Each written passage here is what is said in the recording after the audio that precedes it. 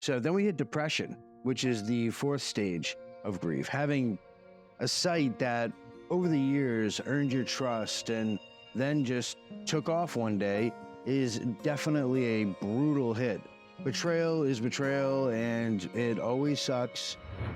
It's also the only crime that has no jail or prison term. The hit intensifies even more when you lose money, which adds insult to injury after they've betrayed your trust initially. So one thing I would like to get straight right off the bat is that this video is not some cold post-mortem of the situation. I didn't just hop on Dread and read a bunch of crap that other people wrote or figured out. Before the first post was made, Hugbunter was telling me about this situation via instant messages. While it was happening, I was searching for PGP keys or digging into Nemesis Market's pedigree. While I do quote and show you what was actually going on and how it happened, you should also know that I was there when it happened. I'm a huge fan of the Darknet community as a whole. I think that's pretty well established at this point, especially on sites like Dread, which calls itself the front page of the Darknet, and a lot of times that turns out to be really true. I have my own subreddit on there even, which is called Doing Fed Time. I'm also active on Pitch, which is Twitter for the Darknet. So follow me on there too. While I don't encourage any criminal behavior anymore, I am legally allowed to post and discuss things on forums. On the Darknet community, the Darknet community is still very much my home, and I constantly find interesting and intelligent individuals there, which is what keeps bringing me back. Being on a journey and seeing the entire Nemesis Market drama unfold from start to finish was really interesting. I did my very best to try and document the downfall so that you, the viewer watching this video, could understand what it's actually like to go from start to finish during a suspected market takedown or potential exit scam, because in the beginning, you have no clue which one it's actually going to be or which one it actually is. After the fact, it's easy to say either one was obvious from the start, right? I mean, hindsight is always 20/20. Other people will just tell you what was said. My goal with this video is to tell you what happened and when, and what it was actually like to be a part of it, so that you can understand what it's like to be a part of this amazing subculture, especially when those bad things happen. I had actually made this video and had everything set, but had to redo the entire thing when it finally came out that it was actually law enforcement that took it down and not an exit scam. The beginning. So let's get to it. On March 20th, 2024 at 6 p.m., the death bell was rung for yet another Darknet Market. Nemesis Market, Hugbunter, basically out of nowhere, sent me a message on Jabber saying that he just got a private message that Nemesis Market was seized.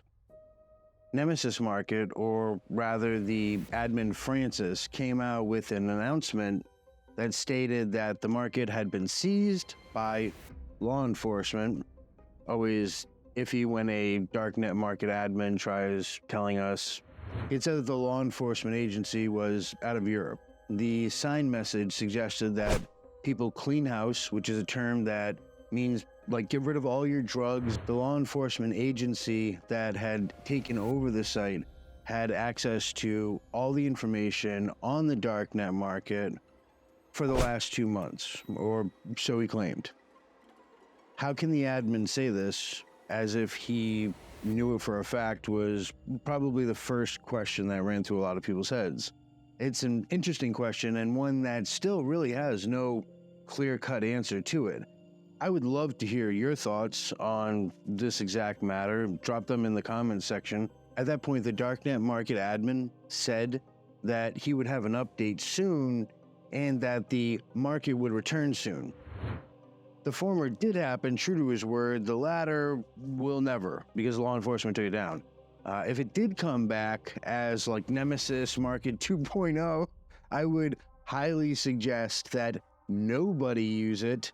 In fact, I hate all reboots of any market in general. To me, if nothing else, it just shows like a clear lack of any kind of imagination whatsoever, and it usually fails horrifically. Confirmation time. So I was able to confirm that the market was in fact down, as well as all of its mirrors that were actually listed at that time. As far as them pointing out that law enforcement has all the information for the last 2 months, this, I hope, kind of acts like rebar does to concrete and reinforces the idea that all correspondence on the darknet should be encrypted with PGP. Like most security instances, however, people will be conscientious and cautious for a while, then get comfortable and complacent and not use PGP encryption. The signed message had been verified by multiple people, including myself and Hugbunter, and this was done using the market's public PGP key. Hugbunter was the first person I know who actually verified the message's authenticity that the Darknet Market admin, Francis, had actually left. His message to me was pretty simple. He said, "Holy shit, checks out." He was referring to the fact that the PGP signed message left by the supposed Darknet Market admin was in fact legitimate, and verifying a signed message with PGP is kind of like getting a video recording that's a message. It can be a deep fake, definitely, but it's probably the real person. In this case, the Darknet admin could be law enforcement, but it was logical to assume that it wasn't, as typically law enforcement doesn't tend to warn people to clean their houses. You a cop? No, not like that. Ask it like official. Are you a police officer? No, I am not a police officer. Nevertheless, a good degree of healthy paranoia definitely exists on the darknet among all the people who participate in that subculture. They probably would have done the exact opposite and have said that everything was fine and great and there were absolutely no problems had law enforcement actually had access to the key. Hugbunter's following statement gave me some insight into the nefarious possibilities that could be at play. He suggested that, alternatively, what was going on could be a cover for an exit scam. When you're at a time like this, anything is possible. There's really no limit to what could be at that point, and no one really knows till after the fact.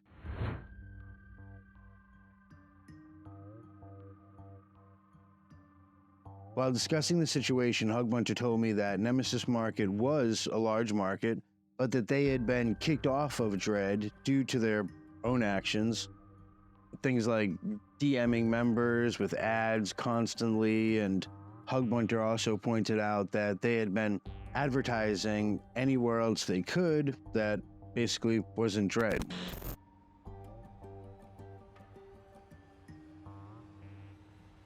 As time went on, speculation rose. People not knowing what happened or having absolute confirmation that it wasn't an exit scam began to speculate, and rumors began to fly, which is fairly normal in this type of situation. People try to estimate what the worst damage is going to be.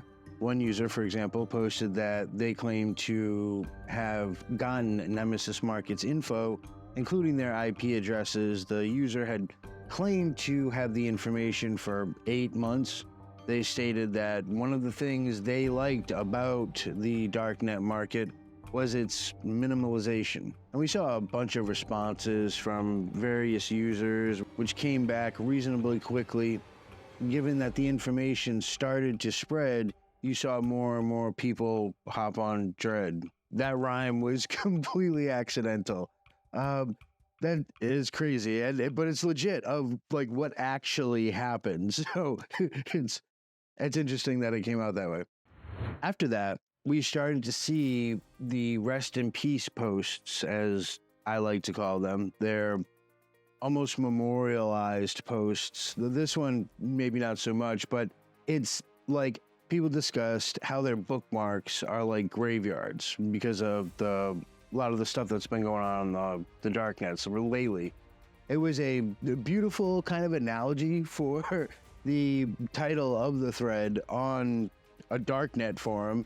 Suppose like you pay attention during a time when a market has either been scammed or busted and you have interactions with the community. In that case, you can sit back and watch the 5 stages of grief play out in real time. It's pretty surreal. Let's take a small detour for a minute and address this, because it's no different than the 5 stages of grief when you hear about someone dying that you really cared about. The first stage of grief is denial. And this is where people tell others that the site has announced maintenance, even though everyone saw that post and obviously knows that it's not maintenance why the site's down. But they try to tell people that it's because of maintenance, and that's why they can't withdraw anything out of their wallets, or that's obviously the reason why the site is not up right now, and that everyone needs to have some patience and wait, and the site will come back up. And this situation is very typical of an exit scam. The market admins typically announce that there will be some maintenance, or they have to fix a problem or something like that. So when the site actually goes down, and they start messing with wallets or whatever, or shut the site down completely, all the like fanboys come out and the useful idiots come out and argue that the market's still coming back, and they try to advocate for it in a hardcore way without obviously having any insider knowledge whatsoever. It's just pure speculation. After that, though, we get to the second stage, which is anger. And this is where people start to lash out with threats and wishes of death or even incarceration on market staff, which is, I get it, it's an understandable response. Like, these markets sometimes take years to build trust, and then they pull the rug out from under you, and it's a horrible thing.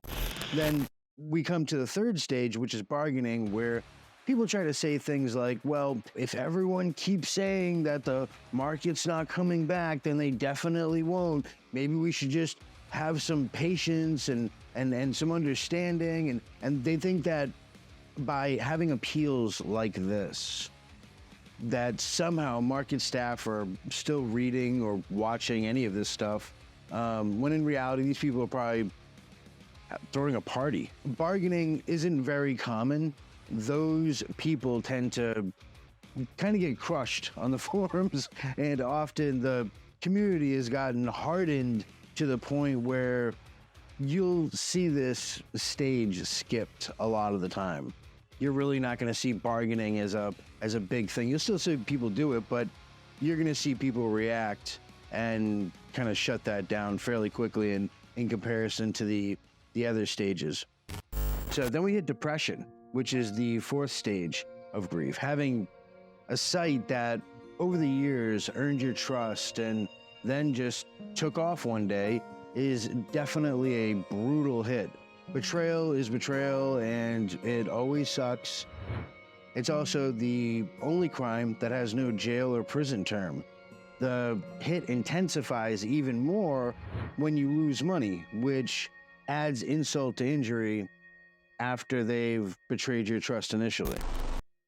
Finally, we get to the point where we see acceptance, where people all agree in unison pretty much that the market has, in fact, exit scammed, or that it's been seized by law enforcement. Once this happens, the community will start to suggest alternative markets. They will move on, like a widow at a singles bar, what's incredible is that in the darknet subculture, people move through these 5 stages almost instantaneously after repeated exposure to them.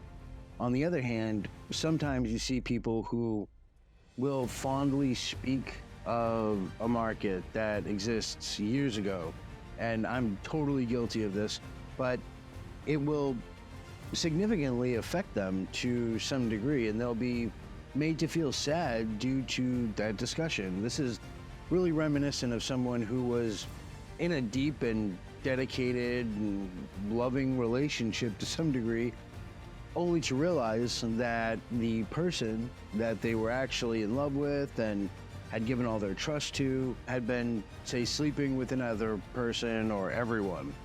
But eventually they end up getting over it with time. Kind of like when you smell a particular smell, it can bring you back to a particular place, point, or time in your life that you had with loved ones or people you used to know or friends or whatever. You get the picture. At the end of the day, you have this very same thing. Final confirmation. So later on, about 12 hours later, at about 8:30 a.m. on March 21st, after the initial message, there was another post confirming that the market had in fact been taken down by Lithuanian law enforcement and German law enforcement, which apparently they got 102,000, USD in crypto from the Darknet Market, which is pretty laughable. In addition, it's also been said that the FBI, DEA, and the IRS's criminal investigation unit were also part of the takedown, which, I mean, as far as that being true, who knows? The FBI, for all its rhetoric about integrity, is incredibly corrupt and not that intelligent. FBI agent Timothy Tybolt was compelled to resign amid serious bias allegations undermining the integrity of the Hunter Biden laptop investigation. Robert Hansen, the notorious FBI traitor, sold U.S. secrets to the Soviets, causing one of the most catastrophic intelligence failures in American history. Former agent Babak Brumund was sentenced to 6 years for disgracefully selling justice for bribes or his badge for cash, thereby corrupting the integrity of his badge. And Nicholas Anthony Williams, an FBI agent, was caught stealing from the crime scene and now faces 10 years behind bars for his egregious betrayal of trust.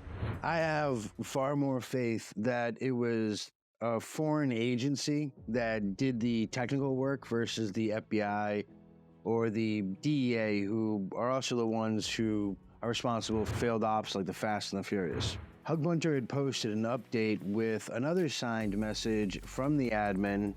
In Hugbunter's message, he pointed out some interesting contradictions, which I think a lot of the people that were on Dread saw this, or Francis's contradictions, who was the admin of Nemesis, had made in his statements. While he didn't directly call them contradictions, it seems that's really what they are. For example, the sentence where he says that Francis was very confident of not being identified and that he was in an untouchable location. Hugbunter points out that soon after this, Francis removed his post and sent him a new signed message stating that his situation had changed and that he was on the run. So the untouchable location obviously wasn't all that untouchable, or he didn't have that much confidence in it to begin with. Being on the run really sucks. Something I can absolutely state, considering the fact that I did it for 15 years. It's not an easy feat. Good luck to him. But furthermore, when you go to the website, unlike before, when there was nothing, now when you go there, there's something totally different. So let's check out the bka.de domain that was shown in the post. Here, nothing really happened. Initially, I got a 404 error, but when I finally got through to the site after accepting their non-negotiable cookies, apparently, I was shown that there were no hits for my search query to begin with.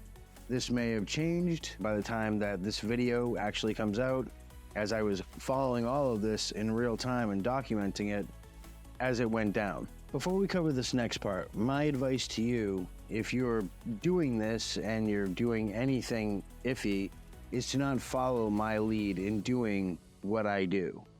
As it should be, my JavaScript is disabled, but what you'll see is me click allow, which will allow me to view the actual takedown notice, which is actually an MP4 file. This is not something that you should do ever. And I can't emphasize that point enough.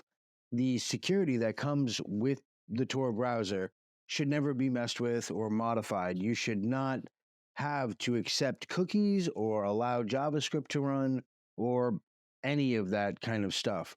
I'm doing it just merely to show you what has replaced the Nemesis Market. So another market bites the dust. Within a few hours, days, weeks, or months, we'll see another market come to fruition, and maybe a couple of them. If we don't, the existing markets will become stronger and take on larger user bases. This is the life cycle of the Darknet markets.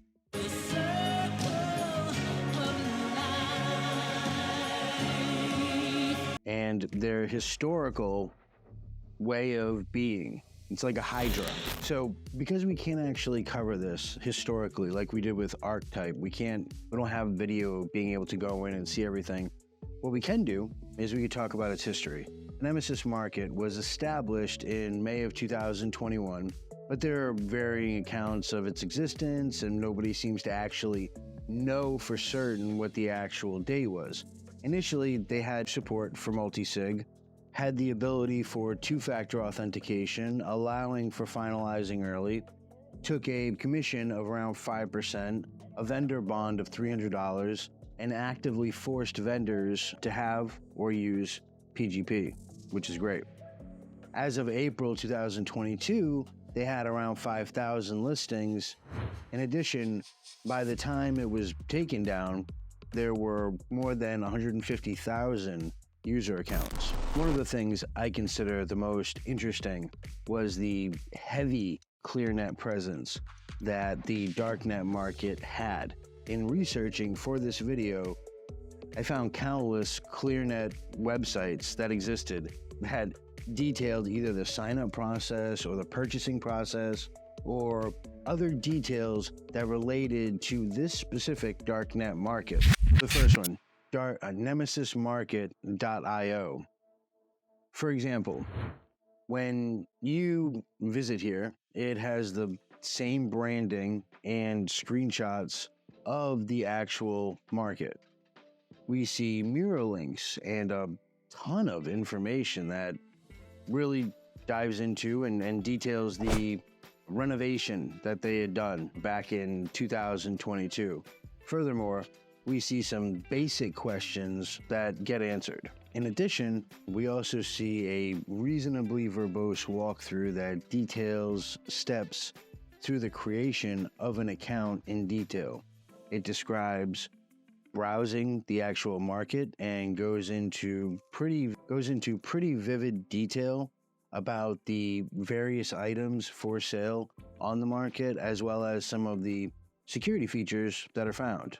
And in addition to that, they list various different types of security mechanisms. Although if you actually take the time to scan through it, you'll find a couple of errors that do exist inside of it. And they could be argued that they're semantical, but I don't think they were. And in addition to that, they also have like a detailed account of how to order. So let's take a look real quick at each of the onion sites that are actually listed, and we'll see they just don't load. They're not totally dead, but they just seem to fail to all load. They just spin indefinitely. They look like they're going to load, and it tends to be indefinite, and it's just never ending. The second part of this site is the blog, and we can see how to create an account and access the site here.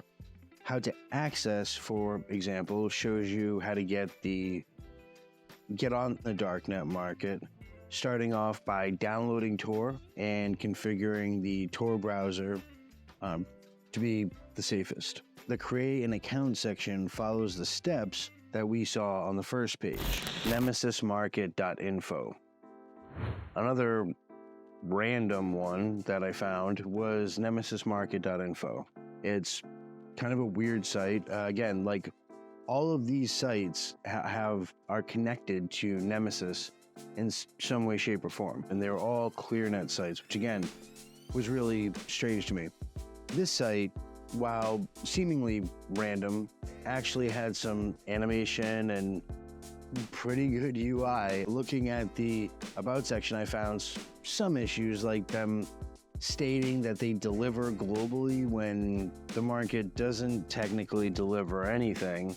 Maybe they just meant that we allow vendors to distribute globally, but also I don't understand their mission and why it says they're 75% towards their goal. Like, what goal? I mean, they did a decent job in the frequently asked questions section. They have a good amount of answers there for some of the basic questions. Not really anything amazing though. And they also have a contact us section and enter the market section, which basically lead to the same URL. I could go on. I found at least 10 different random Clearnet sites that were about or involved in Nemesis Market. They even had a Github, which is interesting. It's pretty crazy that there is actually a lot of interesting stuff revolving around GitHub when it comes to Darknet Market stuff, but that's a whole different topic of conversation. In any case, it was definitely a unique market, and I regret not creating an account earlier to be able to at least get a look at it before it died on the vine without violating too much of your own operational security. What do you think about it? What's up with the Clearnet sites? Is it just advertising? What was the actual market like? Please leave a comment below if you've watched this far and have anything to contribute, good or bad. I learned just as much from you guys as you learned from me, so I very much value your input. Thanks for taking the time, and as always, I'll see you in the next video.